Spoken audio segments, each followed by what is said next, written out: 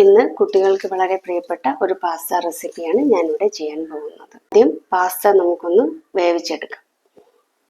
Pasta ഇപ്പോൾ ഏകദേശം വെന്ത് വന്നിട്ടുണ്ട്. ഇത് തമ്മിൽ ഒട്ടിപ്പിടിക്കാതിരിക്കാനായിട്ട് നമുക്കിതിലോട്ട് കുറച്ച് പച്ച വെളിച്ചെണ്ണ ആഡ് ചെയ്യാം.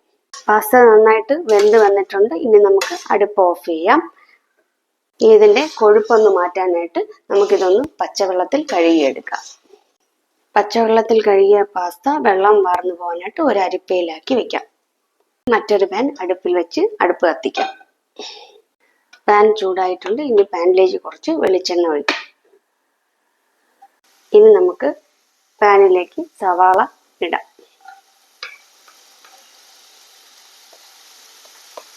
സവാള ചെറുതായി കളർ മാറി വരുമ്പോൾ നമുക്ക് ഇതിലോട്ട് ക്യാരറ്റ് ആഡ് ചെയ്യാം. ഇനി ഇതിലോട്ട് ക്യാരറ്റ് ആഡ് ചെയ്യാം.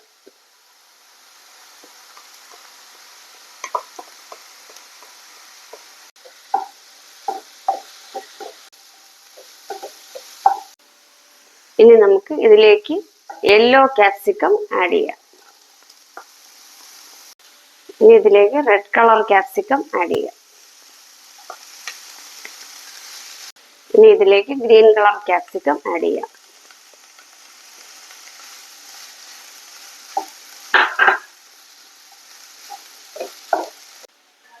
ഇനി നമുക്ക് ഇതിലേക്ക് മാഗി മസാല ആഡ് ചെയ്യാം.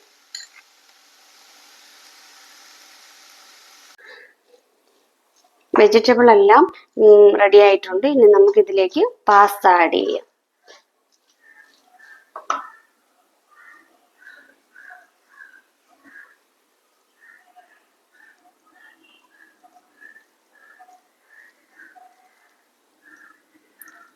ഇനി ഇതിലേക്ക് നമുക്ക് 2 സ്പൂണ് ടൊമാറ്റോ സോസ് കൂടെ ആഡ് ചെയ്യാം.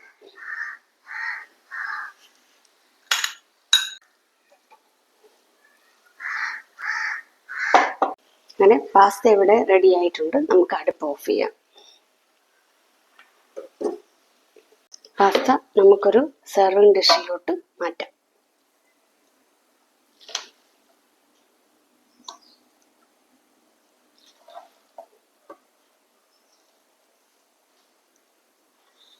ഈ റെസിപ്പി എല്ലാവരും ഒന്ന് ട്രൈ ചെയ്ത് നോക്കണം.